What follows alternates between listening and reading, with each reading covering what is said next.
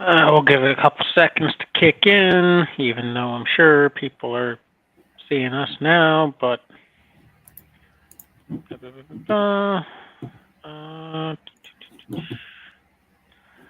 Well, hello, everybody. Oh, Corey's here, too. Hello, everyone. Hope you're What's having going on, everyone? Not much. Hope everyone out there is having a wonderful, what are we, Thursday? It's Thursday night, right? Yeah. Yeah. No, just 10B, I'm not late. I scheduled it for 7:30 because I was going to schedule it for 7, but I had a call with a candidate at 6:30, so I didn't want to risk that running over and then being late for this. So I purposely scheduled it for 7:30 Eastern. But hello, everyone. Yeah, obviously, as you know, didn't do a Tuesday night chat because of all the election stuff, and I figured everyone and their grandmother was doing a chat. So Yeah. what was the point? And then yesterday it was just this whole week as a whole has been absolutely bonkers for me. It's took a couple days last week. I took Monday off this week, and it's just shit. Like my whole internal clock's just screwed. So, what's up, Simple Dan? Then work's been crazy too. So. Yo, Yeah, baby. Oh, there he I've had is. a busy week. I thought you were sleeping. Hey, Duke. Right? No, I'm not sleeping. I just had to go run and help the children. So, what's happening? What are we doing? What's What are we up, talking dude? about? Bjorn? Angry? What's on the chat tonight? What are we talking about? Whatever you guys want to chat about. Honestly, I didn't even have a chance to plan this. I've been pretty much nonstop run since about 6:30 this morning. So. So, can I run a scenario by you? Run a scenario by us. Okay, you are at work. You work in a office setting. You're in like let's say like a 10-story building, and everything shuts off. You're working like a normal day, and your computer shuts off. Your phone isn't working. You are in your current scenario now, but that is your job. So what are you doing? Daryl Dixon. Yeah, Daryl Dixon. Daryl Dixon's the answer to everything. Yeah. If you didn't watch last night's chat, go watch it because you understand that. But man, that's a good question because I've run in not to the same point where I've been like a 10-story building, but my old office that I had before I moved out to Arizona, they'd lose power all the time. Mm-hmm. But it's a little bit different. Like if you're seeing like your phone go dead and everything else. Yeah, you're in this scenario, this world, like it's tomorrow. Okay, like everything has been going on, but you are in your, and it doesn't have to be 10-story. I don't care. I want to do 10-story because I want to give it more substance. But you're you're in your 10-story building. The power goes out, the lights go out, your computer's dead, your phone is dead. Oh shit. And it's not working. Give me what you're doing. What are you doing in that scenario?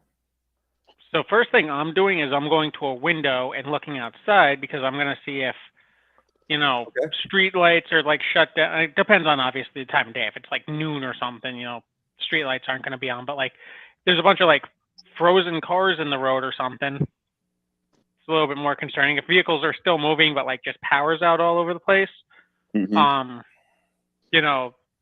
Different situation. If I see just my building down, well, then I'm probably going to a supervisor or management and being like, yo, what the fuck's going on? Like, but your phone's your phone is black. Yeah, I can still go to a supervisor. Like if I'm in an office, there's a supervisor there. You look out the window. Did you look out the window? Yeah, I'm looking at the sky to make sure there's no paratroopers falling from the sky. The cars are not moving. Okay. In that situation, I am booking it downstairs because I'm assuming elevators are going to be out. Mm-hmm. Yeah. So I am booking it down the stairs. Hopefully, depending on your building, if I have my own vehicle that's underground, see, it's tough because I haven't worked in an office for God knows how long, so it's a tough situation for me. But so I got to go back to like when I worked in an office. Is the parking garage in the basement or is it on the roof? Exactly. So that's going to determine a lot because if it's on the roof or something, then probably my car is fine. I'm still going to go out to my car because I have to grab my get home bag. Mm-hmm. But so either way, I'm going to my vehicle. But if I'm at my vehicle, I'm obviously going to test it just in case. Who knows? Whatever. If it runs, awesome. I'm heading the fuck home.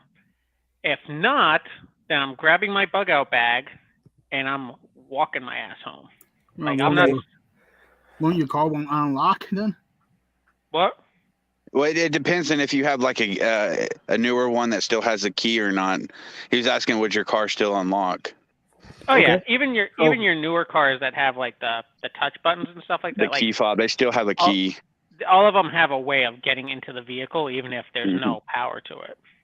Now, here's a question that I would propose to that as well. Okay. In a scenario like that, would it even with it not happening, the potential of it happening, would you want to carry like an extra, say, alternator and starter and have it like in a Faraday cage tucked in your trunk or something, or the bed of your pickup? So it depends on your vehicle. Like my car, to get to the alternate, like even if you had an extra, because it's not going to really fire the alternator, it's going to fire your computers. So like for my car, the one main computer, like you have to basically take out the passenger seat to get to. So that's like extra work. I know other people like, and my car is pretty lucky. Like that's just a computer to run fuel, like all the motor stuff, like fuel, all that stuff, transmission. And there's a separate computer for like radio and all that type of stuff. So I might be fine just swapping the one, but I'm not going to even bother at that point. I'm just going to be like, bag, fuck it, just get home. Walking. Yeah, and again, I have to go off of where I've worked in the past. So like if I was back out in Arizona, that's a hike and a half. That's going to suck. Thankfully, there's plenty of places around that have like bikes to rent and stuff. I'm just grabbing a bicycle and I'm biking home. Yeah. So I guess my question, this is okay. So these are all good. This is where I wanted this to go. My question, just I want to track back. How long are you waiting in a scenario like this where you no longer care about your job? Where you're like, no, I'm not staying here. I'm leaving now. Oh, fuck no. If I know the shit's going down, even if it's kind of hard to determine, the building's done, blacked out, everywhere's blacked out, nothing's moving. I'm not sitting around for potential help or anything. No, my ass is getting home and I'm immediately leaving because, I mean, luckily the places for the most part where I've worked, at least my last two jobs, they'd be sitting there like, well, we can't. I mean, there was times we lost power, and they're like, "Fuck it, we can't do anything. Like, just go home." Like, so like even then, like my bosses, when I'd be like, "Yo, nothing's working. Our phones are fried. Cars out there are fried. I'm going home. There's nothing we can do. Like, we're not fixing this. Yeah, like, the power's not coming back on. Deuces. You're not digging ditches. You're using a computer to work and phones to work. If they don't work, you're not working. Exactly. Right. Okay. So I'm out of there, and I wouldn't see that being any sort of a problem. What's up, John Brown Productions? It would just be the hike that would have to be, as I said, like when I lived in Arizona, because I was driving each way. Like in the mornings, it took me about 45 minutes. It was about a 30 to 40 mile drive, depending on which office I was going to. So like, that's a hike. Yeah, that's going to take me a while to get home. Again, thankfully, the areas I was at, there's plenty of bicycles around. I can just grab one. But even then, like that's a long bike ride. So what are you, if you're on your way home, are you stopping anywhere? Or are you going right home? It depends if what you have in your get home bag. If you have a get home bag that's fully equipped with, say 72 hours worth of food and water, then no, I'm not stopping. I'm going straight the fuck home because that's where my family is. That's where my dogs are. That's where all my preps and everything are. And I'm getting home as quick as possible. So no, stopping would not be an option, because then you open yourself up to potential danger that's unnecessary, because you're already potentially facing danger around every corner in that scenario. I'm not stopping anywhere. Like myself, I'm not stopping anywhere because I have enough stuff in my get home bag. To caveat that, if I look out and like everything's shut down, not moving, what I may do is, again, depending on the office, like if I'm in an office that has like extra water bottles laying around, like bottles of water laying around, I might grab an extra couple of those or something on my way out, or like a couple extra snacks or shit, like on my way out. Like, fuck it, got extra pockets, I'll find a way. Just to have something more even opposed to my bug out bag. And downing them. Like downing like 5 bottles of water. Yeah, is a like good making idea. sure I'm hydrated. Yeah, making sure I'm hydrated. Like I'm getting that stuff, but I'm doing that on my way out to my car to grab my bug out bag. Yep. Once I grab my bug out bag and like have it on, I'm not stopping anywhere. I'm just straight home. But I don't have like kids I have to worry about picking up. I don't have a wife I got to worry about, reaching out to. I'm just get home, kid up from there, and then I can go deal with other shit. Yeah, would y'all consider? Go ahead, Duke. I'm sorry. We have. That's a good point to bring up. Is a location where you're going to meet up with your family. I think that things like that, even as small as like a house fire, like okay, like we have the main plan for house fire and for like a threat entering in the house. We have like our main plan of like whose job is what, like who gets the kids, whose job it is to go to work in those situations. And then like the other thing is where everyone goes when you evacuate a house. That's like a super like small like shit hit the fan scenario. Mm-hmm. But like we go to our neighbors. Like we have this one neighbor, like everyone's job is to go there. Obviously get the kids, they're too young, but to get the kids and go to the house, our neighbor's house. That's the location. And as they get older, that'll be important as they're able to like function themselves and not just be small children.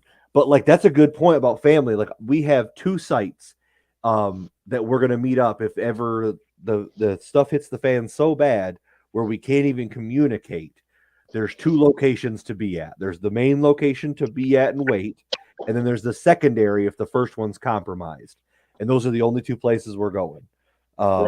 And so those are pretty secure. And being the guy who, like, I'm the one that works, so it's my job to get to one of those 2 locations, and I'll pass by the one or go to the other. So what were you gonna say, Corey? So I have a kind of a caveat to that, I guess you'd say.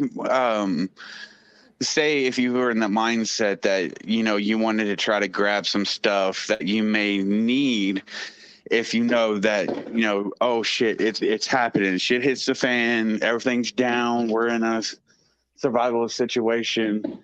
Would you want to leave work and go straight to, like, say, a pharmacy and loot some of your medication so you have enough stocked up for a while? Or maybe family medication, say if your wife or children are on specific medication they may need, like diabetic medicine or blood pressure medicine. Would y'all want to loot for that and prep that may never come back? See, I don't run into that. Like I know my dad's on a bunch of medications, but I don't know which one, so I wouldn't even know what to grab. It's a hard question, because in that scenario, in this scenario that I'm presenting to you, do you know this is the end? No, you don't. No, you don't. That's what I'm saying. You know nothing. You absolutely know nothing, because there's nothing working. No one is traveling other than foot right now all around you. Correct. And you know zero information. See, this is a key component I think that we forget about, is the absolute absence of knowledge of what is actually going to go on, because you know nothing and you're not going to know anything. And just 10B kind of puts a good thing out there. Like, looting would probably be later, and that's kind of my mindset, because I think especially a big event like that, there's going to be a lot of panic. There's going to be off the bat a lot of looting. So you're going to have to compete with people on that. If I do have to go to eventual looting, granted, yes, I know not as much is going to be around, but I rather do it when not everyone's there looting. Like, I want to do it kind of under the radar. I don't want to have to compete with other people on stuff. Well, that's going to be in this scenario, there's nobody showing up. There's no cops showing up. There's no nothing. Mm-hmm. So because they can't even get their cruisers to start, they're trying. They can't get their cruisers to start. They can't get the notifications that something's And they're probably going. Would the radio still work though? Because that's on a different frequency.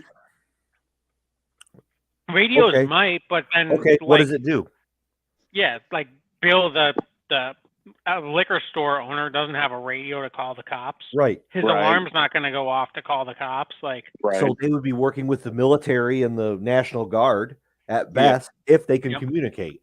And that's if they're showing up. If they're not going home. Let's remember, these guys are married and have kids too.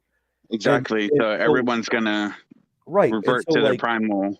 Right. And so my thing is that no information. And so places and stores are going to be death zones because what's going to happen is they're going to be free-for-alls. And not everyone is going to think this through. And it's going to be going to grab video games and beer and like fun stuff and electronics and just the goofy stuff that people grab, and that's a part of it. I mean, that's a part of people. The electronics won't work, so. But that's not going to be a thought process. It's going to be grab. Yeah, like San Andreas. When the shit was happening, the earth's fucking opening up, shattering, and earthquakes and buildings falling. People were still looting TVs and everything. And now that you're thinking, what the hell is that going to do you any good when everything's being destroyed? And right. And so I guess my consideration is I would side more with angry in the fact of those are just going to be death spots. Because what's going to happen is eventually people are going to show up there with guns or grab the guns at Walmart or whatever, or whatever stores. And people are going to get there. Now, whether they if there's no cars and the cars aren't working, that's going to be slow to get there. Because now we got to remember how many people don't move on a regular basis.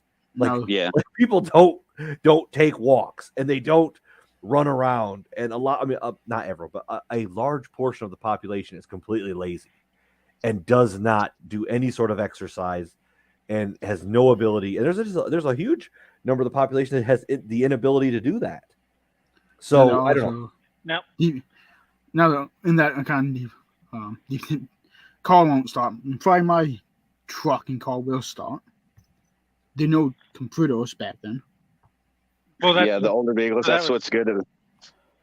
That's what I was actually going to get to. Is that something that I have a 69 Chevelle and a 66 pickup truck. So you're King Kong then. Yeah, pretty much, yeah. That's going to be a problem. If your car works, it's going to be a target. Well, and then you've got to remember, there's nothing but dead cars on the street blocking everything. Yeah, like War of the Worlds. Those are just roadblocks. No, I agree. I agree. You bring up a good point. I think my opinion would be to hold off. Don't go anywhere.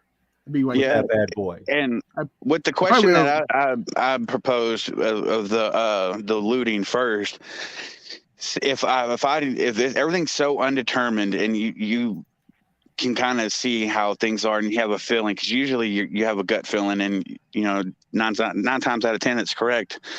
Me personally, before everyone starts to panic and then rush into the stores, I would go to the store first on my way home, and if shit came back, then I would suffer the consequences. But no, I think you bring up a good point. I think that as Angry runs out of his building and passes by a CVS or a Walgreens, it would behoove him to run in there, because we're talking about 10 minutes into this.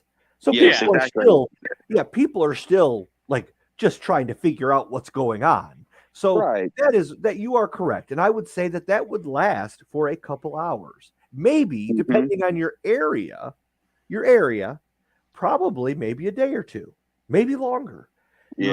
Where there is some semblance of order, some, not a lot, until people needed something and got hungry, which would be, I think, a couple hours, or realized. But my main concern to get some things on the way home and stay at home, really.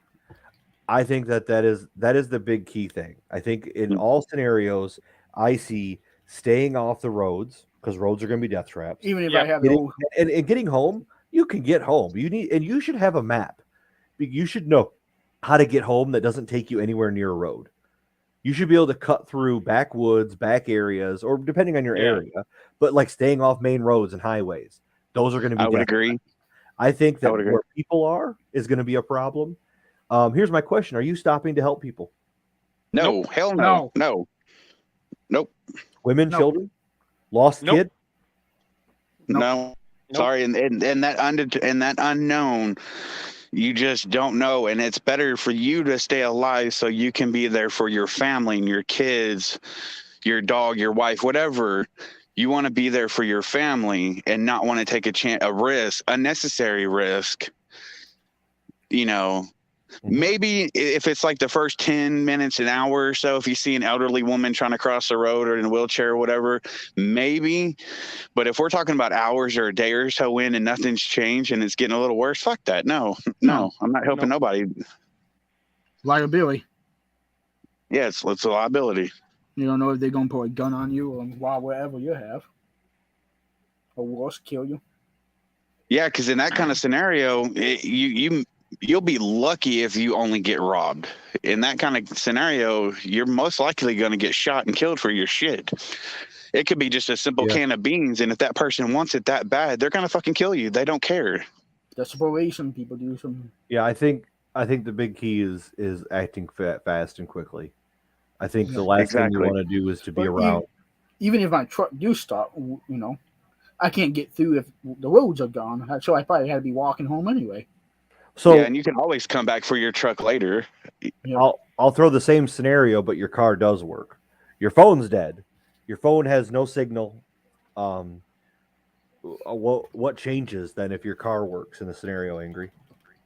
If my car works, I'm driving. Because if my car's working, then other people's cars likely working. Yeah. So it's just kind of like panic of like, why aren't phones working? Why is the power out everywhere? I'm still going to drive though, because in that case, it's very similar to if anyone's ever been through like a major storm and cell towers go down and things like that, like power outages, like it's going to take me some time to get home, but I don't think there's going to be that sheer amount of panic as there would be if nothing's working. Yeah, nothing's working. So in that case, again, immediately leaving work because I'm going to be like, yo, no one cell's working. Nothing in the work is working. Like, there's no point in me being here. Maybe I have better luck at home. I'm going to pitch that to my boss. Like, maybe I'll have better luck at home with stuff. Like, let me grab my laptop. Woohoo. Again, this is when I was working in an office. I'm hopping in my car and I'm driving my half out home. So. Yeah, we could probably go straight home. Yep. Maybe nothing will happen. Maybe nothing will. Everything come back online. I'm going straight home because, again, like maybe it's something where just like cell towers went down or like there's a major power grid outage or something. Like that's less concerning to me. Like it's still concerning, but it's less concerning to me. So yeah, I'm not stopping anywhere again. Like just shooting straight home. I think the panic level would be lessen if the scenario where your vehicle's still running, but everything else is still fucked. I mean, you're still in a heightened aware situation. And so you're not as intense as if everything was gone. Exactly. Yep. So. What do you feel, Duke? In what scenario? What do you mean? In either one. Yeah, I think I am going to act very quickly. In fact, like I'm not even going to talk to people. I'm going to know when my phone doesn't work and the power goes out. We're talking about a pretty serious situation, and I'm getting home immediately. I'm not stopping for anything. I'm concerned about an EMP. I'm concerned about some sort of weapon being used, a device, and being anywhere not with my family and not at home with my resources and with my that would be very concerning to me. I'm not discussing it. I'm not asking anyone or encouraging other people. It's like the run, hide, fight scenario when they teach that. Like, for people, you like, you just get out of the area, go. Like, if people don't want to run, then you leave them. That's like some of the basic training in that.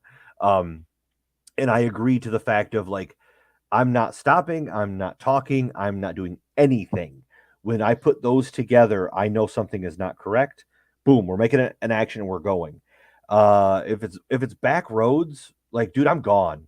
And I'm like, regardless of your situation, you need to be able to push yourself to get home as fast as you can. And in that scenario, you're gonna have a lot of adrenaline. You're gonna have a burst of that for a couple hours where you're just gonna be going. And you need to push yourself pretty hard to get home, regardless of how far it is or how long it is. Don't stop and sleep. You need to get home and figure out what's going on once you're there. But go ahead. Let me ask you this then, because in that scenario, people like us, we're going to be in that mindset to do that. Yeah.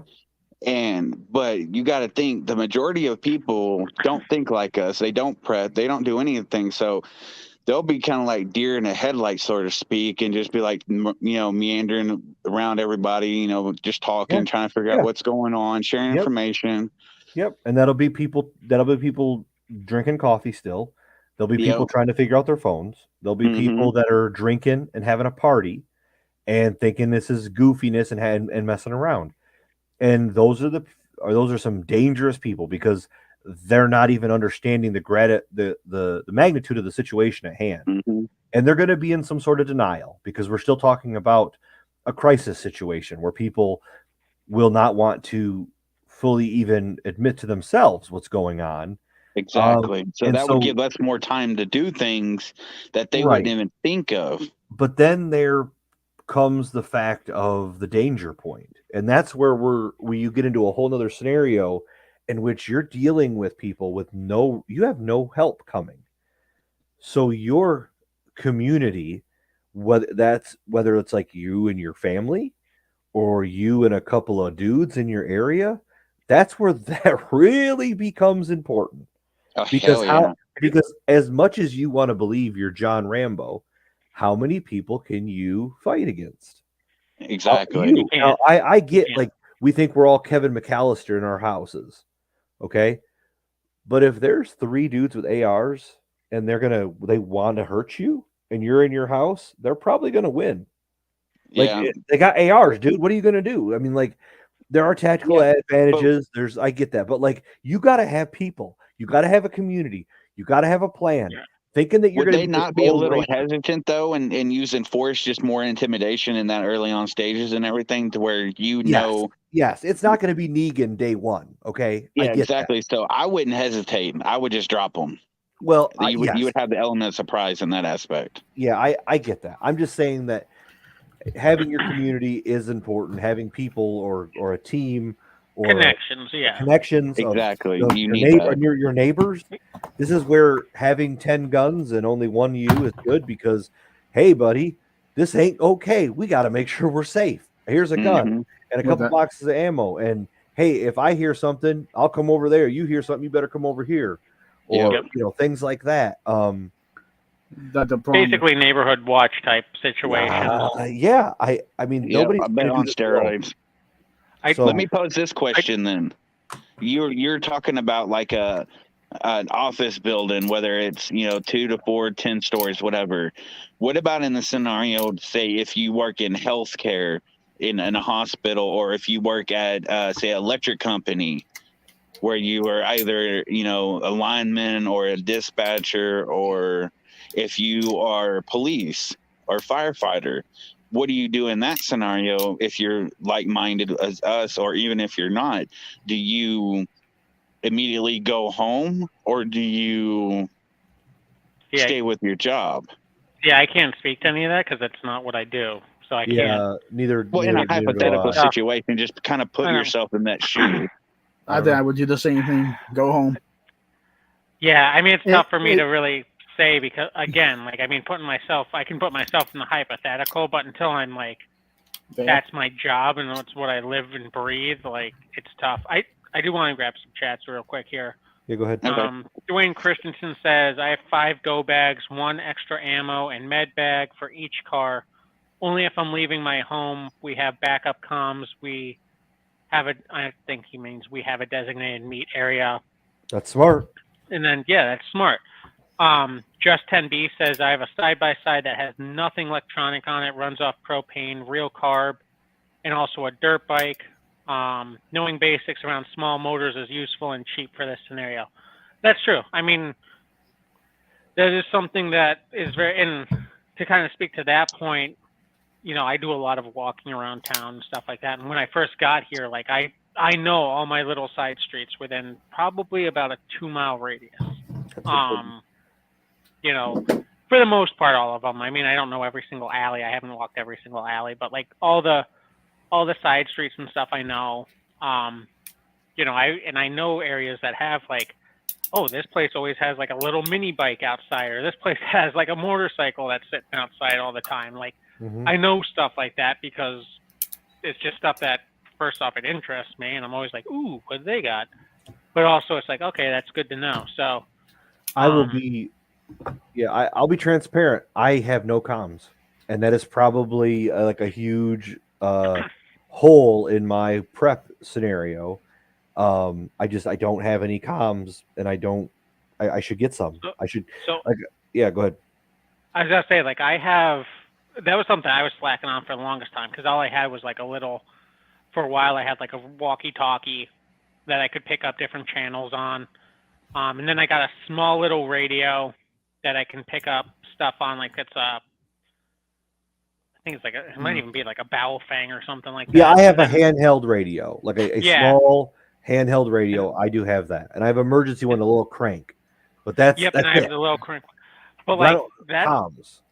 That stuff I actually, and like comms wise, like yes, I still have like some higher end, well, I say higher end, like some longer range walkie talkies and stuff.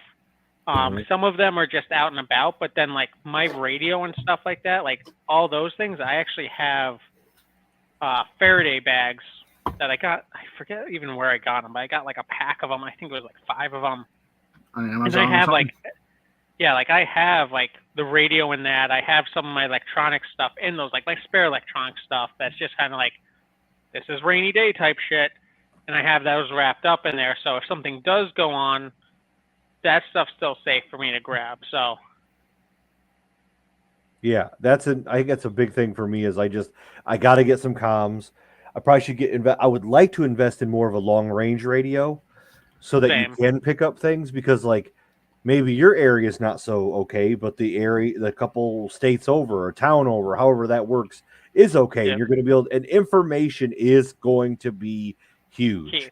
And if you can get information, just basic, what's going on, what's the response, where are what are people doing, like where's like those things like that is going to be drastically, I mean, it's going to put you in a position of authority to know what's going on, to tell other people, just the basic information of gathering intel. Those are all important basics. Okay. So, for preps, my cousin bought himself night vision. What do you think of that as a prep? Okay. Well, he spend like $5,000 on this night vision. It's awesome. But I'd love to get a thermal or night vision, but I'm not spending Gucci money on it, mainly because I don't have it. Like if I had it, like if I won the lottery, hell yeah, I'd have that. But I don't. And so I do think that, you know, if you have some sort of a thermal scope or something, even if it's just one of the handheld ones, like you're going to be doing so much better than most people out there. Well, especially at night. Yeah, but I don't think like you have to have a full nod set up and all that. Again, great if you can, but yeah. So I like this is a hard one, because I think that there's a threshold you can cross where it makes you way more dangerous and way more effective to have night vision and thermal. I think when you cross that threshold, you really become a predator. Like that, 100%. You're literally walking around as the predator, and we're a bunch of. It's like the movie Prey. We're Oh yeah, you now from the predator, and now we're like the guys with the French guys that are running around with muskets. That's kind of in that scenario. Do I think it's a must? No. I think you can get cheap night vision that is like the monocle. You know what I mean? That is affordable. Like my father-in-law has some night vision that I know he didn't spend like more than a couple $100 on. And it works. And you can see. And just having that in your pack with like your M4 and whatever, and you're running around, if you had that, that would make you super effective. So I don't think it's a must. I think if you do have it, it changes your abilities. But I don't know. I just couldn't preach because we more are on the practical side of prepping and guns. So that's just not practical for somebody to drop $5,000. Now, if you have 50 guns, maybe sell 10. Maybe work towards that. You know what I mean? If you're that's a huge point, but I don't know. Yeah, my cousin got a good job, so he got money he can blow if he wanted to. Can I chime in real quick? Shoot. Okay, so that scenario I proposed a while ago about outside of an office building, say hospital, electric company, whatever. I posed that question to my wife just a second ago. That's why I muted myself and I walked off to ask her, because she is actually a dispatcher for an electric company. And so I asked her that question, and her response was, at first, leave home, leave for home. But once I, went in a little more depth, she said, honestly, I'd probably stick around just for a little bit, just to see if there's anything that can be done or I can do anything. But once she sees all the big wigs and stuff running around like chicken with their head cut off, she's hauling ass home, because that's her priority, is home. Yep. So that's an aspect to my question that I just wanted to kind of throw out there for y'all, since you said, it's hard to put yourself in that position when you don't have that kind of job. Yeah, it is hard if I don't have that type of job. Yeah, it's tough, because when you're in that service industry, obviously you're in the business of helping people. So it definitely is difficult on that end. Again, like I just wouldn't be able to really give a good answer, because it's not something that I do. But I think, because I used to be in the medical field. I was in EMT and also did non-emergency transport and everything. And the hard thing with that position was you're all over the fucking place. You're all over town. You're in different towns. So if that happened with me and I was still in that position, man, I could be 5 minutes from home. I could be an hour and a half from home. But in that kind of situation, I'm still fucking heading to the house, regardless of where I'm at, because yes, I'm there to help people, and that's my job, and I really cared about what I did. I loved what I did. But number one priority is myself and my family. Everyone else can fend for themselves. I know that's kind of harsh to say, but no, I agree with it. So, but dude, this is a damn good topic to bring up. It's just fun. It's fun because it brings people out, and what Angry might do is different from what I might do, and it's fun to. And I think the big thing is when you think about stuff like this, it's important to think about it prior to. Kind of puts you in the mental standpoint of what you would do in that scenario we run through. I think the big thing is like, and now I'm thinking about comms, because those got brought up by somebody putting in the chat. That's probably something I should maybe hold off on the next gun that I want to get. That's just going to add to a plethora of, you know what I mean? Like I've got everything covered. Maybe I need to spend some money on comms. Maybe spending a couple $100 on a comm set would be a good idea. That stuff has always interested me. It's super cool. And there's going to be a bunch of dudes with access to that I'm, might want to talk to. I knew that there was a guy in my area that I lightly talked to, like during the scary times of 2020, which because a lot of stuff was going on. I mean, this guy I knew this guy, he was like training with a bunch of dudes, and they were all like lived in the same like 2-mile radius. Think about having 5 dudes with radios that were just prepared. That now, are you talking about like walkie-talkie radios, ham radios, CBs? They had like, I don't even know what it is, but it was like he had like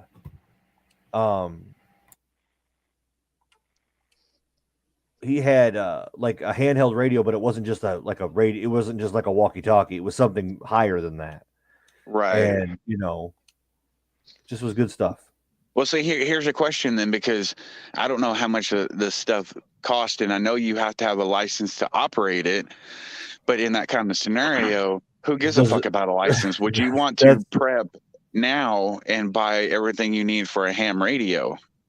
I've heard the same thing argued. I think I would, but I would take the class to become proficient and get the license and to establish. Definitely. Because then you can establish rapport. There's got to be, there's preppers sitting on that thing day and night, wanting to talk to other preppers. So having that relationship, finding people like that, because it's going to be and here's the thing. I guarantee you're going to find a couple of boomers that are probably 10-mile radius of you right now who want to do nothing else than teach you over the radio how to get better on the radio. And then you're going to want to know these guys because they know everything and they know where stuff's at. And they probably got equipment that they'll probably sell you on the cheap because they want to have some young buck in it. It's like meeting guys. It's hard sometimes, but it's like meeting guys that are into hunting. If you ever met a hunter who's super old school and like you want to learn from them, it's a great community at times to learn from old dudes. Now you got to sometimes work your way in and kind of establish yourself as a a stand-up guy, but that's not impossible.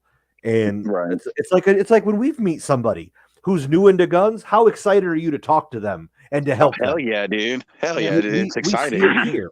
We see it in this and on Angry's platform.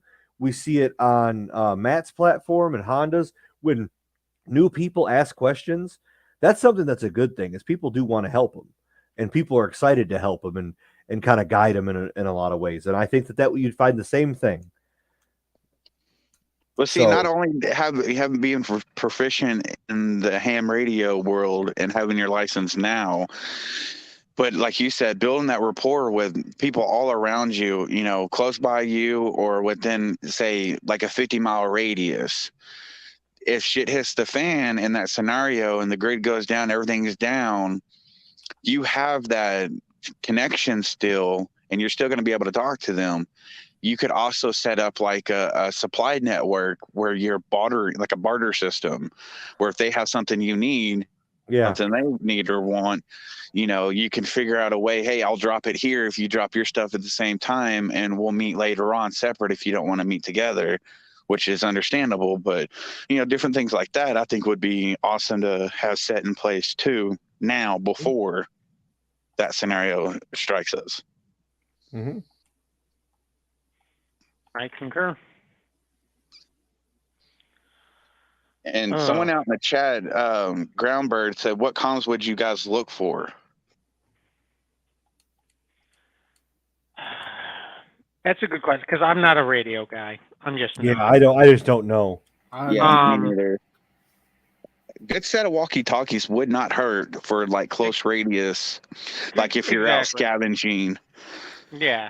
That's where I look at with comms, because granted, again, I'm not looking at going like, oh, we're gonna take this town, one group from one side, one group from the other type stuff, because if stuff's gone that bad, then I probably want something that's encrypted and all this other stuff. You could always steal that later from down military equipment or exactly. But yeah, just like a good solid pair of walkie-talkies that has, some good distance on it, some good range. Again, and I'm thinking more from the standpoint of like, hey, I'm going to go out to whatever. I got to go check out the CVS down the street, right? You know, it might be a mile or two down the road. So like, hey, you know, so and so, like here's a walkie-talkie. Like if I need help, I'll chime you over the walkie-talkie or something. Like you get your ass down here, type thing, or vice versa. Like if something's happening here, like chime me in, I'll come running home, type thing. You know, whatever. That's where I look at from comms. So again, like I don't have any mindset that I'm going to be doing some bougie operator shit. You know, maybe down the line or something like that. Maybe like as the world really goes to crap or something, and you know what have you. But that's not out the gate what I'm going to be doing. So. Yeah, and it's not like say the Walking Dead scenario. You can't tell me that all that fucking military equipment, you know, Rick and them couldn't have had, you know, badass night vision and fucking grenade, rocket launchers, fucking just all kinds of equipment that would have better assisted them throughout their adventures. You can't tell me that they couldn't have found all of that and scavenged that. It would make the show kind of boring if you think about it. Yeah, 100%. So in a grid down situation like that, I'm sure you could find like your night vision nods and scopes and shit like that eventually. I basically want to get night vision and thermals so I can have that head up so I can protect what I have, you know. Oh yeah, definitely. But that shit's just so cheap right now. But it'd be plentiful because, you know, a lot of people aren't going to be thinking about that unless they're like-minded individuals like us. So, I mean, shit like that could be had after, you know, given, you know, what, a couple weeks or so until everything really fucking goes to hell in a handbasket, a couple months. Yeah. One enemy for night vision is lasers. They screw up night vision. So you can actually counter night vision by using laser. Well, I mean, if I don't know he's there in the dark, he's gonna get the jump on me no matter what laser I got. Roland Tripp says, "Evening, gentlemen," and Duke. I think Duke identifies as a gentleman as well, but also says, "My wife yard sales and I have her on the lookout." Several Baofangs programmed as well as radios on my side-by-side that can communicate. Yeah, like that's just what like the radio I have is a Baofang, and it's, I mean, I don't know radio, so I know some people hate Baofangs, others are like, yeah, they're fine. I don't know. I don't have any issues, but I also don't play around with it enough. Yeah, same here. Glass 3222 says, look into the Baofeng UV5X3 handheld tri-band radio. You can program to hit local repeats used by ham radio operators. They are cheap and can talk less than the VHF 1.25M UHF amateur ham. Okay. Well, that's good to know. Yeah.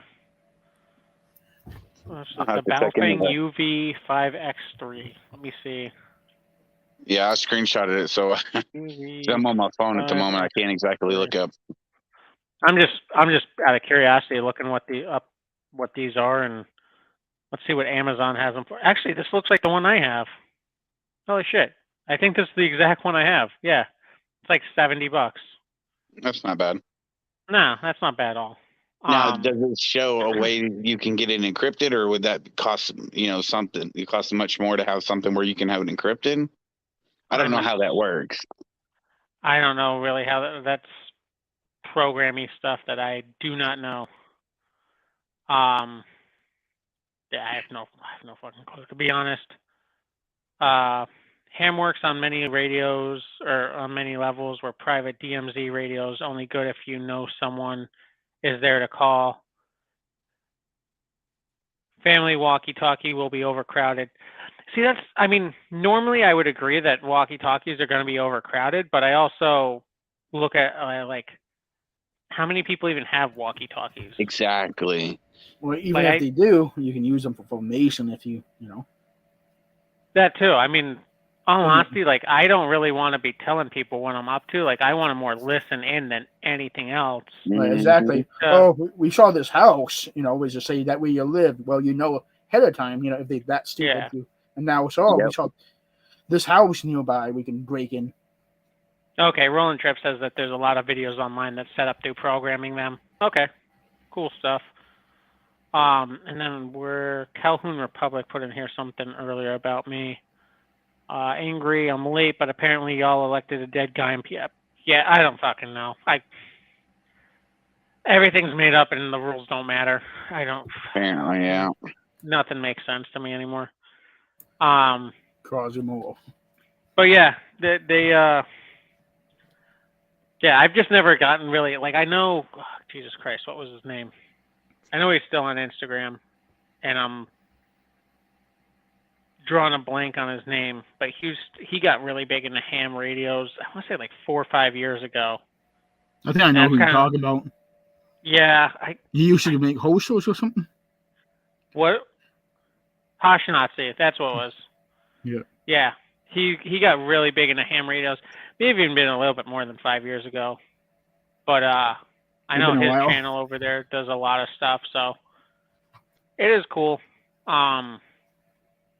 Again, I'm more thinking like utilizing the radios to listen in on people, listen into what's going on. Like, I'll use it for communication where I need to, but I'm hopeful that if I do have to go out and again, also, like, I live here by myself right now, so not like I'm going to be communicating with a heck of a lot of people, but it'd be nice to have, like, if I'm stuck in my apartment complex, have, some radios or walkie-talkies over on that side of the complex.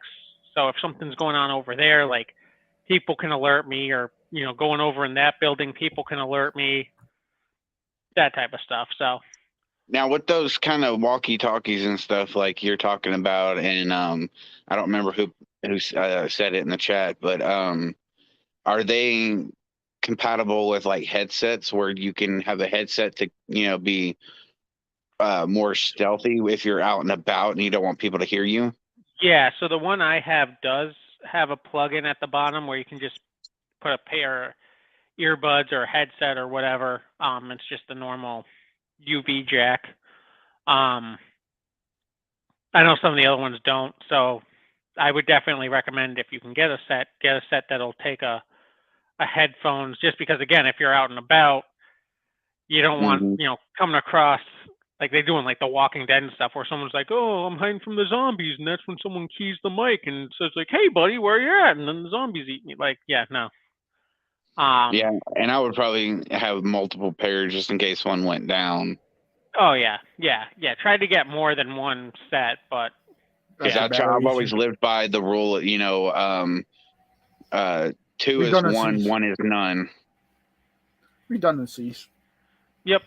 Yes. 100%. Okay. So I got another scenario for you. Oh yay! You are surviving in your town community area.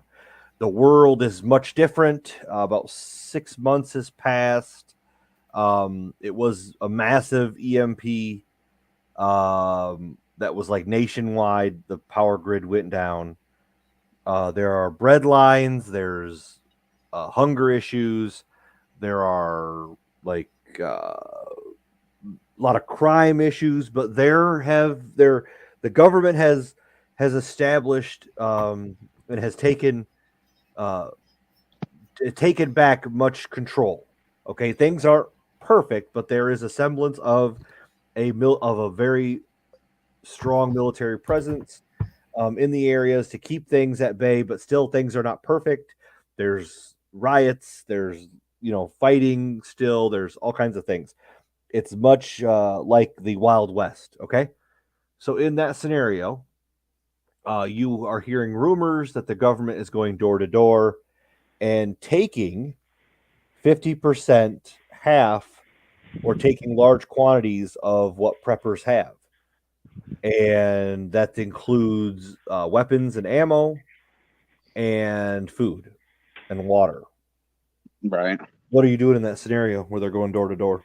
in that hypothetical situation, in that hypothetical scenario, I should say, personally, I would have booby traps set up like a motherfucker. As far as like shotgun shells on nails with a tripwire. I don't want to talk about that. I don't mean to talk about that. I meant like, are you complying? Are you hiding it? Are you? I'm hiding. I'm at that point.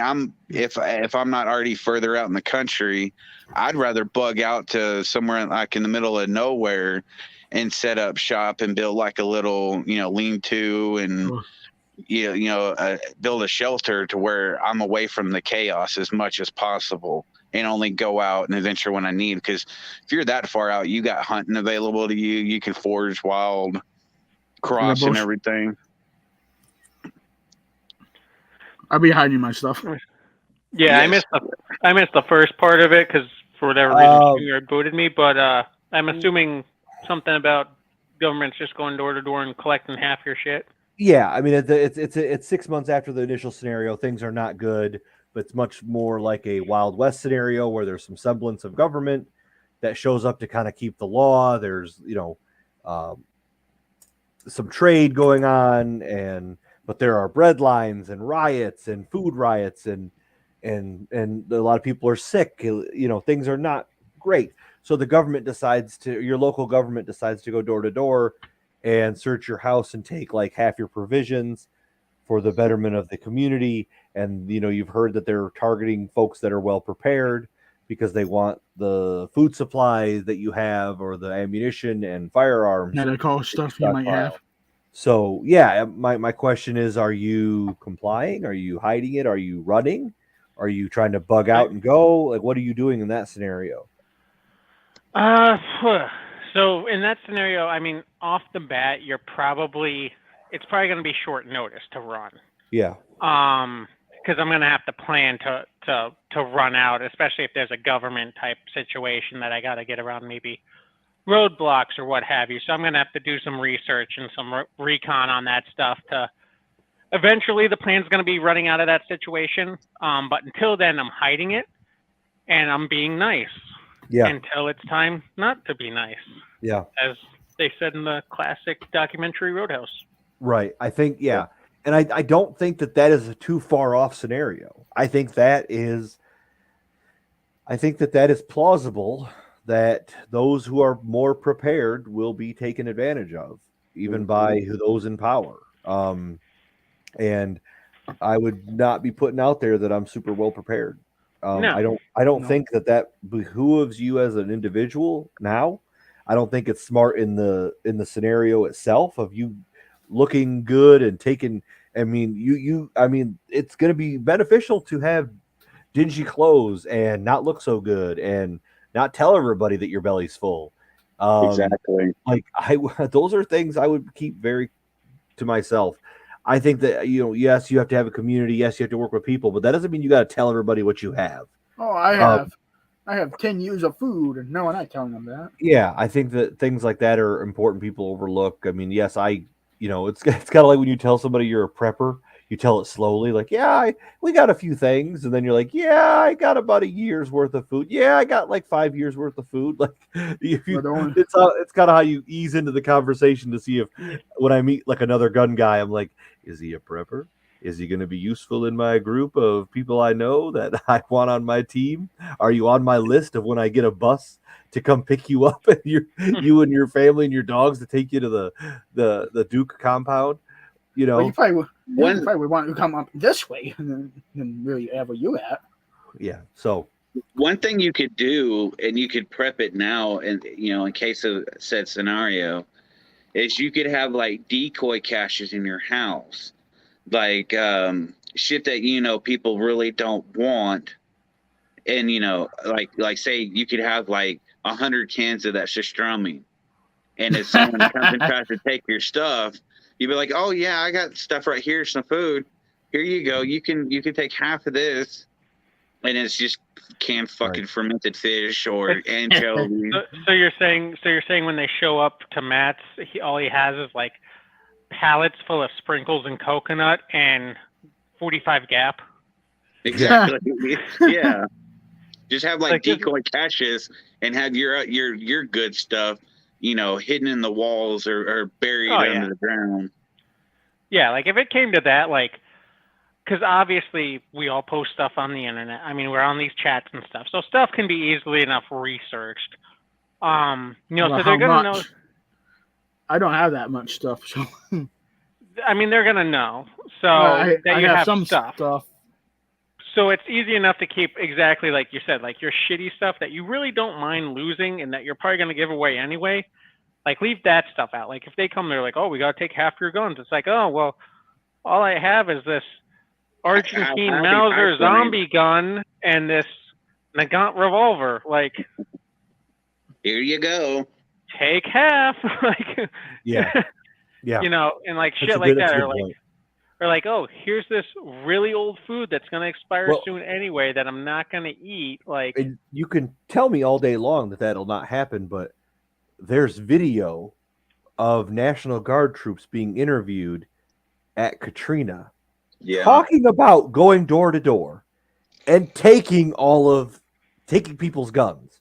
They did do that. Yeah, they did do that. It's common practice. We've seen it. I would not bat an eye that would be an option. Now, I think on a large scale, that's pretty crazy. I think you're going to have a lot of other problems going on first before that. But I don't think that you need to be digging in to prepare for those scenarios. I think it's just things that, and basically I think it's important to know that, like, not talking about it and to your immediate community. I mean, on here, there's some privacy still, but I think like you not letting a bunch of people know what you have and being and telling everyone you're super prepared and making sure your family. It's like Morgan, who wasn't Morgan. What was his name in Jericho? What was his name? Oh God! What? My gosh. Jones, wasn't it something Jones? Well, no, that's Morgan Jones. Never mind. Yeah, what's his real name? Lenny James. Lenny James. Do you remember Morgan's name in Jericho? His character? No? Same here. Robert Hawkins. Yes, Robert Hawkins. There you go. So it's like he was, I get like that guy. He didn't tell everybody his whole thing.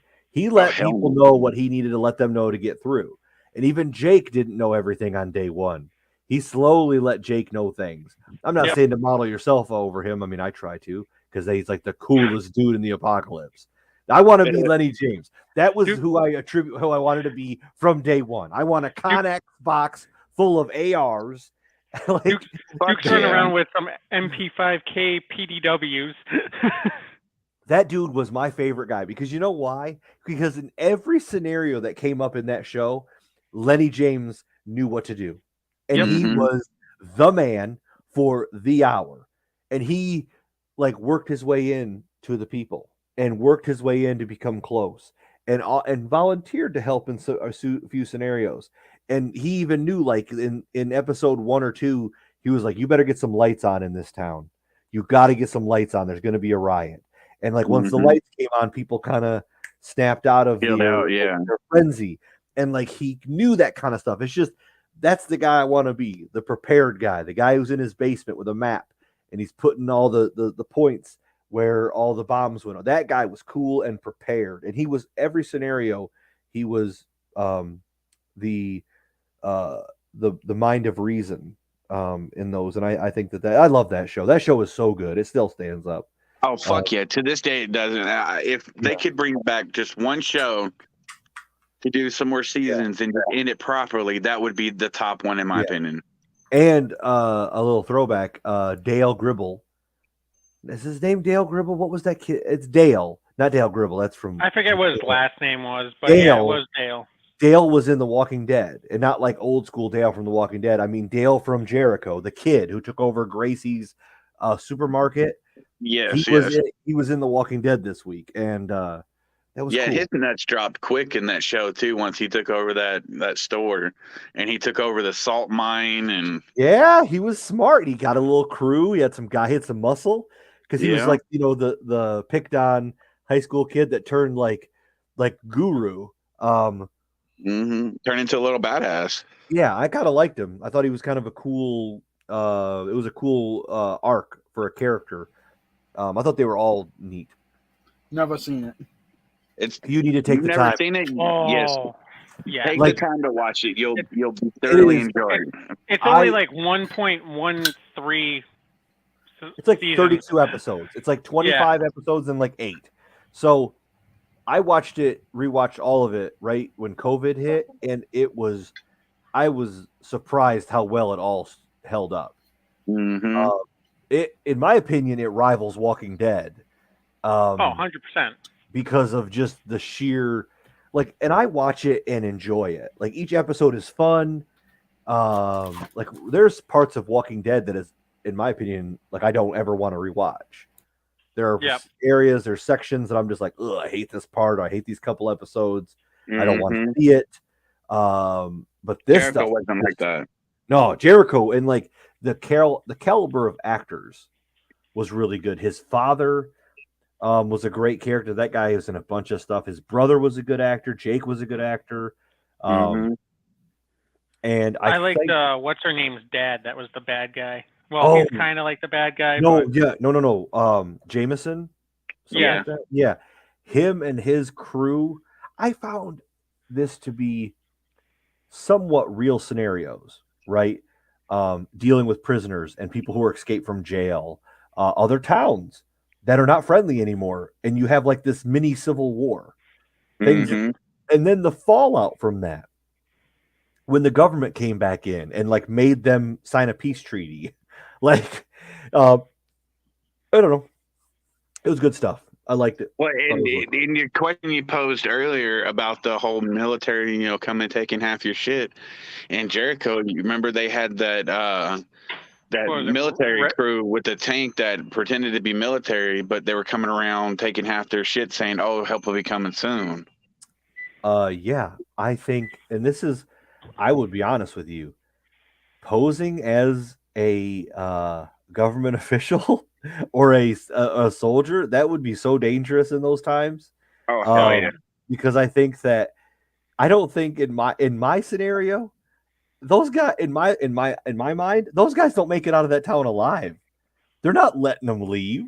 I mean, they may let them leave and they might take them, but in my scenario, those guys get all taken out back and shot. Plus, they ended up with a fucking tank, so that was awesome.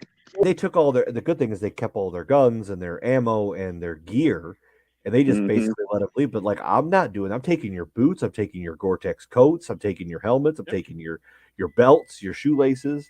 I'm taking everything.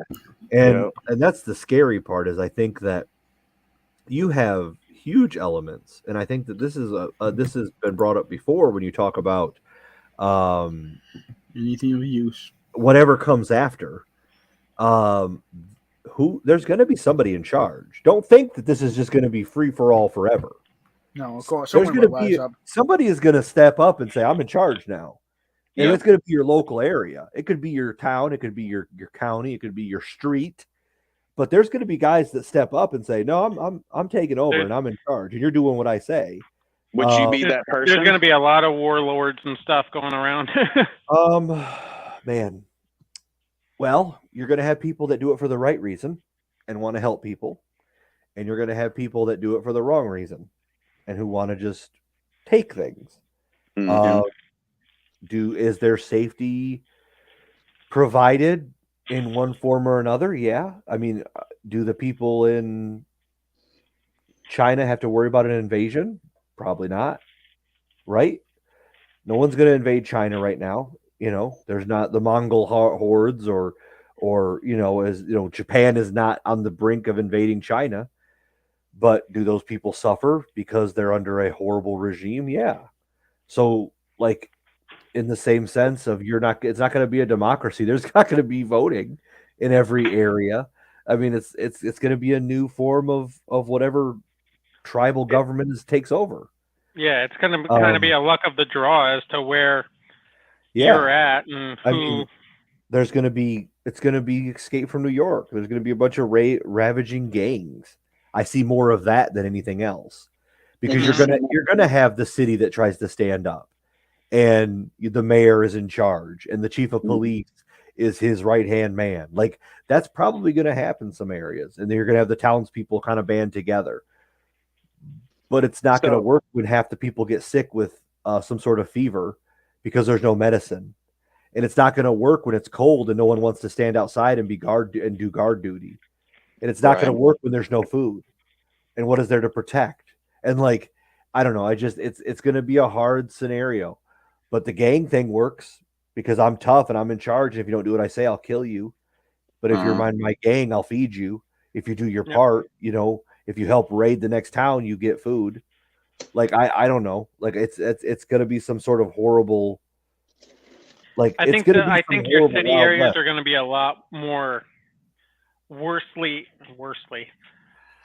lot more impacted on a negative standpoint than you know, your suburbs. And granted, I mean, not to say that's not going to happen in your suburbs, because you're probably going to get like some, you know, there's going to obviously be like probably some outlier where some like weird cult leader rises up or something. But you know, for the most part, it's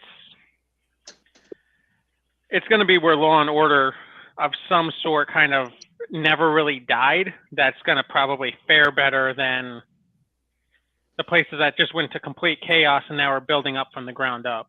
Yeah, that's well, true. Let me ask this. In that scenario, is it just the U.S. that has the, in either one where we know it's an EMP or not, is it just the U.S. or is it worldwide? I mean, it doesn't matter at that point. It's a good question because, I mean... I think it's going to be worldwide. It was the U.S. I mean, however you put it. Here, that's okay. I guess it is a good question. I think that I pose a scenario that I think is most plausible. I posed this a year ago. I thought it was more plausible before.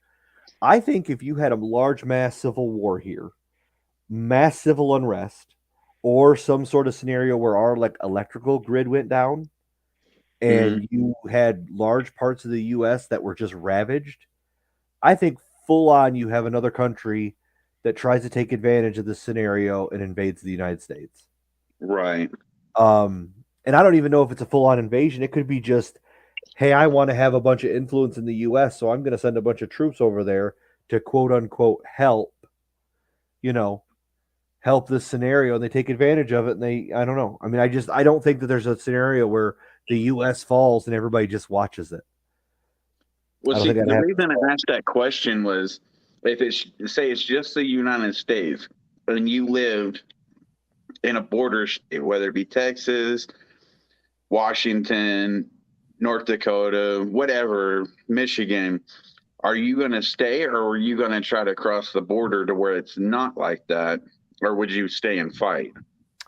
If the United States falls, the whole world is going to be in a whole crap storm, and there's no scenario where I want to be out of my area in that crap zone. So whatever this is, I'm staying here. I may leave and go north. I may leave and go to another town, maybe. I mean, that's stretching it, though, because in all honesty, the best chance for me is to stay in my community, in my home, and figure it out. In like almost all scenarios, like there's very few scenarios where I'm leaving my home in my area, because there's going to be something that comes after, right? I mean, it's not going to be the end. Isn't going to be the end of all. It's going to be the end of what we know. It's going to be Rome. So when Rome fell, what happened, right? So that's what I would have to look at it, and it's much more likely that things. Did you like? There's a book, I got to look it up who wrote it, but it was called The Next 100 Years, and it was written in like 2006 or 7 or 8, and it was this guy who predicted the next 100 years simply by going through history and seeing like what happens when this happens, and what happens when this happens, and what happens when a country or a government has lasted this long and been this strong. What happens when they aren't so strong? So it was kind of a thing where he predicted the next 100 years by just simply looking at history, and he played scenarios out. So I would do the same thing. What happened when Rome fell? There were smaller city states that kind of created themselves and kind of banded together. So do I think that it would be a scenario where the U.S. fell and there would be whole states that banded together and created new countries or new areas or new scenarios? Yeah, I think it's more likely of that. And you got to look at what comes after. We've talked about this before. We kind of categorize it in a couple different scenarios. It's the shit hits the fan, right? That's the first section. So shit hits the fan in the beginning. That's all your bad stuff. That's where the nukes drop. That's where the economy crashes. That's where the EMP gets set off. Then there's the hell, right? Yeah. The hell. And that could last from anywhere from 1 to 10 years. I don't know. Maybe 6 months, maybe 2 years, maybe 10 years. It's the hell. It's whatever. It's where there's no help. It's where there's gangs. It's where there's murder. It's where there's no food. It's where there's mass starvation. It's where there's no government. There's no one to help you. There's nothing. That's The Road, right? The movie The Road. Mm-hmm. That's great movie. Hell, right? And then there's the last section, and that's called What Comes After. So it's whatever comes after the hell and what comes after. It's where there is a new government established. That's where trade is established and there's a new life, and it's not complete. It's not back to normal, right? It's not back to what it was, but it's the what comes after. And maybe how much of the Go ahead. No, go ahead. I'm done. How much of the population and how quick would die off in that scenario?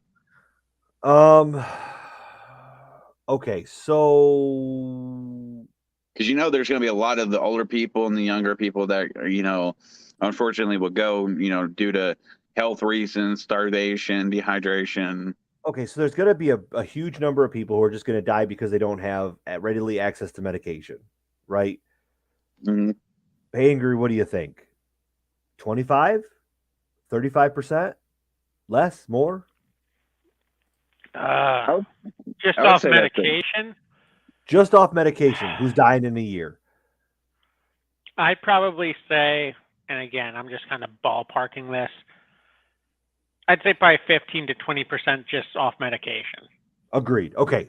So we say 20% of people die within the first year just off of medication. They don't have their medication, their cancer medication, or whatever they were taking, or their diabetes medication, or their heart, whatever. 20% die. I think you look at another 30% of people who are going to die at least from situations, starvation, malnutrition, or scenarios like they got into a fight and someone just shot them. Mm-hmm. I think half the people die within the first year, and I think that's generous. I've heard way more than that by most experts when it comes to crap hitting the fan scenarios. I've heard that it's way more. I've heard where it's somewhere around 80%. I think that's a little too drastic. I think people do adapt and survive and will figure out things and can go without as much food as we usually eat. Yeah. So I would say half the people. That's my opinion. Is that half the people? I don't have anything to back that up, but I think half. I think a lot of it's also going to depend on what time of the year it is, because if it hits, especially early on, let's say it hits on the winter time, a lot of your places in the north are going to be so boned because they're not going to have heat. And how many people are prepared in their homes, whether it be extra blankets, other heating sources, what have you, for when there's no longer heat coming into your house? How many people are prepared for those types of situations? Yeah. Not many. Well, and just the simple fact of how many people are unable to just care for themselves? Yeah. Or that. I'm not against assistance. Okay, I'm not. There are people who need it, and people who deserve it, and God love them. We've all been there. Okay, we've all needed help. So I'm not saying that, but I'm telling you that there is a huge problem with people who can't even manage their own self and their own life correctly in this society in which safety nets are created at a massive rate that help people who constantly make bad decisions and constantly are unable to even make a half a brain to plan, like maybe I shouldn't have 10 kids because I don't have a job that can support that. But people do, and they live off of assistance their whole lives. Situations like that. If you can't even manage that, what makes you think you can manage anything in a situation where no one's coming to help you? I also look how many people, again, and I'm just looking at like recent examples, but like how many people nowadays go into full-blown panic attacks where like just something's a little bit inconvenient for them. Like, yeah, those people, there's going to be a lot of people that just literally shut down, go full-on catatonic state. Yeah, because their mind's just going to be like, I can't handle this, and I if they don't snap out of it, they're done for. I know there's some people that so addicted to the internet the phones can't stay off it. Yeah, that's a good point as well. I really think I think about 60 to 68% would die. Yeah, because if you like winter like Michigan, like where we at, how many people have I have a backup wood fire backup. Not many people do. Yeah. So that, and like Angry was saying, like the soy boys and the leftists and stuff like that are just so used to the way their life is run, and they can't fend for themselves at all. I don't see them lasting at all unless they team up with some kind of gang. Yep. Well, that's what most people are going to do. See, people are going to join gangs, and people are going to feel more comfortable with large numbers of people. And I think that's a whole nother scenario to talk about and to be worried about. Yeah. I recently, about a year ago, started following a guy, and he was like a new prepper, and he was on this cool journey, and it was cool to watch him start a prepping channel and to kind of grow. And I really liked the kid because he was kind of honest, and he was quirky, and he was kind of like us, where he was really on the budget mindset, and he was into like anti-thermal stuff, and he was cool. Anyways, he brought up this super good fact of the sheer numbers of people that will be migrating on foot. Yeah. And he's like, they're going to leave the city, and they're going to want to go to the country where there's less people and more farmland and animals. And he's like, you don't understand. It's not going to be like 100 people. It's going to be thousands and thousands of people that are walking on the highways and the roads, and they're just going to show up in your town. He's like, what are you going to do? He's like, what are you going to do when it's 10,000 people that show up in your town? And I'm like, wow, I've never thought of it in that scenario, because that again, that happened in Jericho. Remember all those people? Yep. They showed up and they were like, hey, we don't have the food resources. Now it was on a smaller scale. It was just an airplane and then a bunch of people who had just kind of like grouped together. But you can't tell me that's not going to happen. Oh, it's going to 100% happen. Yeah, and it's just going to be like a couple thousand people or 10,000 people who are in this mass migration, and they're going to be moving around, and they're going to go town to town. And are they going to just like kick in all the doors? And they're going to be armed. Yep. They're going to be armed. And like it's kind of a terrifying scenario. If at that point, would you want to try to keep an eye, if you kind of get enough of a heads up, would you want to start moving your stuff to, like, say, a big city that's already been evacuated and take up a high rise that you can defend? Well, see, the thing with the big cities is I think a lot of those people are going to be migrating out, but those gangs and stuff like that, I think, are going to still own the cities, because they're going to realize, like, hey, we have all this muscle. Everyone else is leaving. This is leaving thousands of apartments and buildings and stuff for our pickings, because they didn't bring everything with them. They can only carry what's on their back. Yep. And now we can own this shit. So it's going to be one of those situations where, like, yeah, you can go into the city for, scouting, raiding, whatever, but, like, you understand the threats you're going to have to deal with. Yeah. Yeah. It's going to be like Escape from New York, like going into the city there. Like, yeah, quite literally. And it's going to be just, and by then, whatever's left is tough. You're not finding grandma. Grandma's gone. Okay. No. You're beating a formidable, seasoned threat. who is probably armed, knows the area, and is formidable because he's alive. And that could be 3-4 months into it. That could be a year into it. You're not finding grandma looking for diabetes pills. She's gone. This is a dude or a woman who's seasoned, who's already bashed somebody's head in 10,000 times over for a can of SpaghettiOs. Right. And it's not going to be just somebody. It's not going to be somebody you can just pick off. Because they've survived at this. And you've been hanging out in the country, maybe just hiding out the past year. I don't know. I mean, you got to look at that. But the whole thing of the mass numbers, migration, that changes it for me. Now, I think that there's ways to dissuade that. I think there's definite ways for a couple of guys that know what they're doing to dissuade a large number of people. But still, I mean, what happens? I mean, you got to be established. You got to be ready. You got to have something going. You got to, I mean, I think that that's key. I don't know. Could that happen within a couple weeks? Yeah, maybe. Now there is ways, and again, this is all how you build up your community. Is like I'm talking like way out the country, not like the suburbs so much. But I mean, I guess it would also play into suburbs as well, because there is more land there. But like, you get a couple towns together. You know, I'm not talking just like one town, but I'm talking you get a couple towns together. Be like, listen, we know that there's a mass herd of whatever.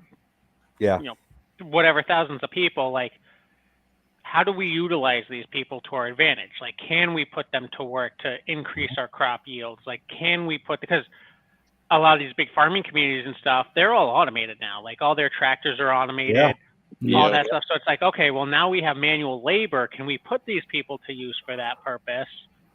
And kind of, build ourselves up for whatever. How would you go about the vetting process, though, of that many people? It would be tough. Hard. Yeah, it's going to be really tough. It's going to be probably, and again, like we're doing this on the whim on a chat, so I haven't had enough time to plan this out. But, it's going to be a lot of like, obviously you've been walking a long distance with this person. Like, let me get some buy-in from these other people. Like, talk with the leaders, because there's going to be leaders that come up in these migration groups. Like, talk to these leaders. Like, who do we need to watch out for? I'd ask them the 3 questions. The 3 questions. How many walkers have you killed? How many people and why? And why? So like that. I mean, that's just the funny thing. But like, listen, man. You're not too far off, though. You'd have to be. No, you're not. And would you have like a quarantine area, like a? Dude, we're talking about an established form of leadership. You're talking about an established form of government, of how you're going to govern your people in your town. Yeah, I don't know. That's a deep scenario. That's a deep scenario. Because now you're talking about. You need a lot more time to think about it. But in my opinion, you would probably resort to some sort of government that was like a Wild West town. I see things going back to like a Wild West town. I think it's going to be some kind of scenario, much like Jericho, where you had some people in charge. Like in Jericho, it was the mayor, right? He still remained in charge, and the police and the deputized more people. Remember, very early on, Jake was deputized, and so was Morgan or Robert Hawkins. They were deputized to kind of run around and do some stuff, and then they created the Rangers. So I think you would have something similar to that in some areas. And then you're going to have some areas where the sheriff and all his armed dudes are just in charge now. And it's some kind of paramilitary organization. And then you're going to have those guys making decisions.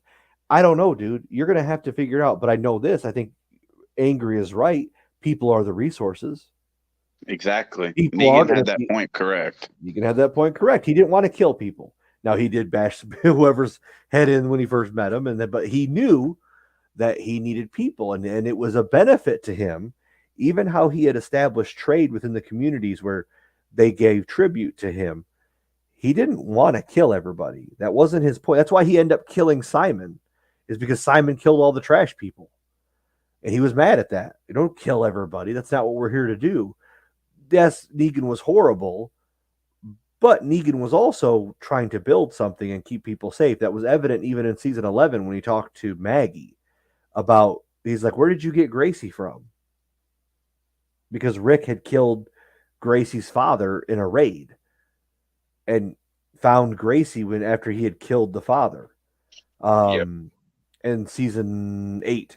So when you kind of go back into that scenario, you look in those pieces, and there's going to be some kind of semblance of order. But I don't know. I mean, quarantine, dude. You're talking about establishment of government where you're accepting people into your town. Yeah, I'm being careful who we accept. But then again, Two men enter, one man leaves. Yeah, I mean, I don't know. See, that's also the beauty of all these documentaries that we've seen. It helps, like the what if scenario, and it gives you ideas of what you can do, what you should do, what you shouldn't do, etc. You can kind of learn and pick and choose how you would want to carry yourself in that kind of scenario. Yeah, in my opinion. I get it. Yeah, I think that you're not doing it alone. The bigger your community, the better off you're going to be. Yeah, safer, yeah. You know, but I think there's just a lot to do with that. There's a lot that entails that whole situation that you're going to be putting yourself forward in.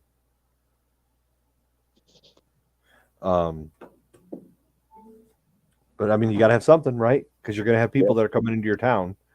But I see it more of a Wild West. You're going to have trade, you're going to have a town, but you're going to have some sort of law, some sort of order, and it ain't going to be you stole 3 horses and shot someone, so you go to jail. I mean, it's going to be brutal. It's going to be kind of brutal, you know, because you ain't going to be fun to house somebody for 3 years and feed them, and they ain't doing nothing to sit in the cell. Resources lost. Yeah, right. So I mean, you go find the newest tree. Well, I just think you're going to have a real way of doing things, and yeah. But the migrant thing freaks me out because that's not something you can really prepare for. Oh fuck no! 10,000 people showing up to your town, hungry and wanting food and sick, and it's not just a bunch of dudes; it's women and children, and kids and babies, and man, that's we all say we're hard, right? And I get it; we won't want to help nobody, but man, that's gonna be hard. No shit. When there's kids knocking at your door begging for food, man, I don't want to be in that scenario, but that's I don't either. That's a shit situation to be in, because I in the back of my mind, or my forethought would be I want to help them, but in the back of my mind, I would see a scenario like Z Nation, where that mother, father, and the 2 kids, you know, fucking held someone at gunpoint just to steal their car. And the kids were fucking had AKs and shit, just aimed and were willing to kill, and they actually did, you know. So kids would be. It would just be like, damn, you'd have to watch out for the kiddos at that time as well, because you don't know what they've been through, you know. It's just, yeah, that would be a scenario I wouldn't want to be put in. Yeah, very hard decision.